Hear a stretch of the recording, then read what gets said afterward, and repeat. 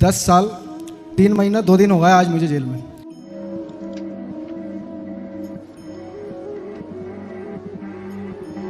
अच्छा, एक एक दिन याद है आपको? जी। जी। क्या बोला तूने?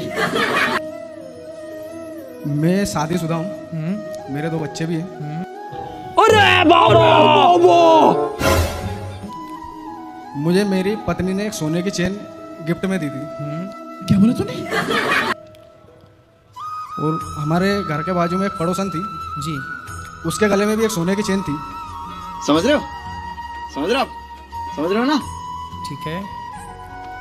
तो एक दिन वो मेरे से बोली, पड़ोसन? हाँ, कि महेश मैं तेरे को एक ये सोने की चेन देना चाहती हूँ। अच्छा। तो मैंने उससे बोला गुरुजी कि मैं नहीं लेना चाहता, ऑलरेडी मेरे पास सोने की चेन है। अच्छा। कितने तेजस्वी लोग हैं हमारे पास, कितने शानदार विचार रखते हैं।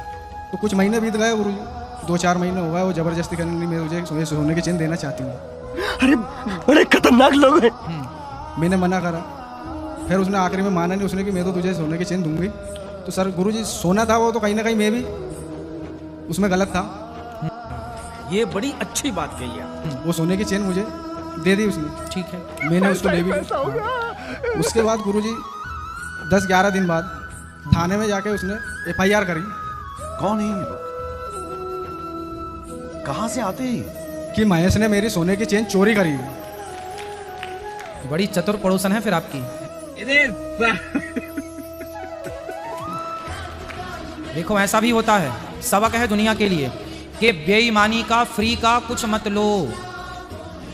क्या सोच है रे तेरी, मानना पड़ेगा। हाँ, फिर क्या हुआ?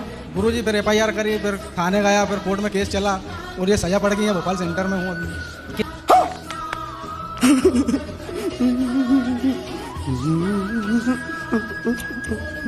कितने साल की? सजा तो सर जितनी मेरी उम्र नहीं है इतनी सजा है। कितने साल की? 84 वर्ष में जोड़ी जाए तो 84 वर्ष की सजा है। उम्र अभी 33-34 वर्ष की है। अब जो बाकी की सजा बचेगी वो कौन काटेगा?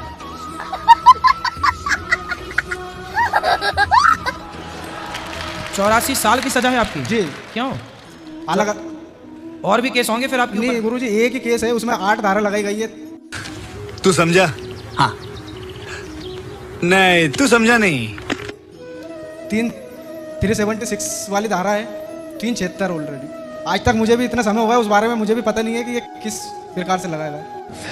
एकदम इन्होंने वक्त बदल दिया, जज्बात बदल दिए, जिंदगी बदल दी। एक फिर उसमें 120 भी प्लानिंग की तो धारा आपकी पड़ोसन ने आपने पूछा नहीं कि बहन आपने ऐसा क्यों किया मेरे साथ? गुरुजी इतना मौका ही का मिला, जीता जेल में आ गया, अभी तक बाहर जाने का मौका ही नहीं मिला। ये सब क्या देखना पड़ रहा है? अच्छा है मैं अंधा हूँ। तो बाहर जाओगे तो क्या करोगे? बाहर जाएंगे तो गुरुजी कुछ अच्छा करेंगे जिससे अपनी एक पहचान बने। ये बड़ी अच्छी बात कही है। पड़ोसन से मिलोगे कि नहीं? गुरुजी पड़ोसन की तो शादी होगी, बच्चे भी हो गए, वो अपनी मस्ती में मगन है। मगर गुरुजी मेरा ये सवाल था कि यदि उसने वो चेन उसकी सो इच्छा से मुझे दी है और सजा पर मुझे मिली करने को, तो गलती तो उसकी भी थी ना सर? गलती बिल्कुल थी, उसने दी क्यों? पहली बात तो आपने ली क्यों? बात तो सही है। दौड़ना तो पड़ता है।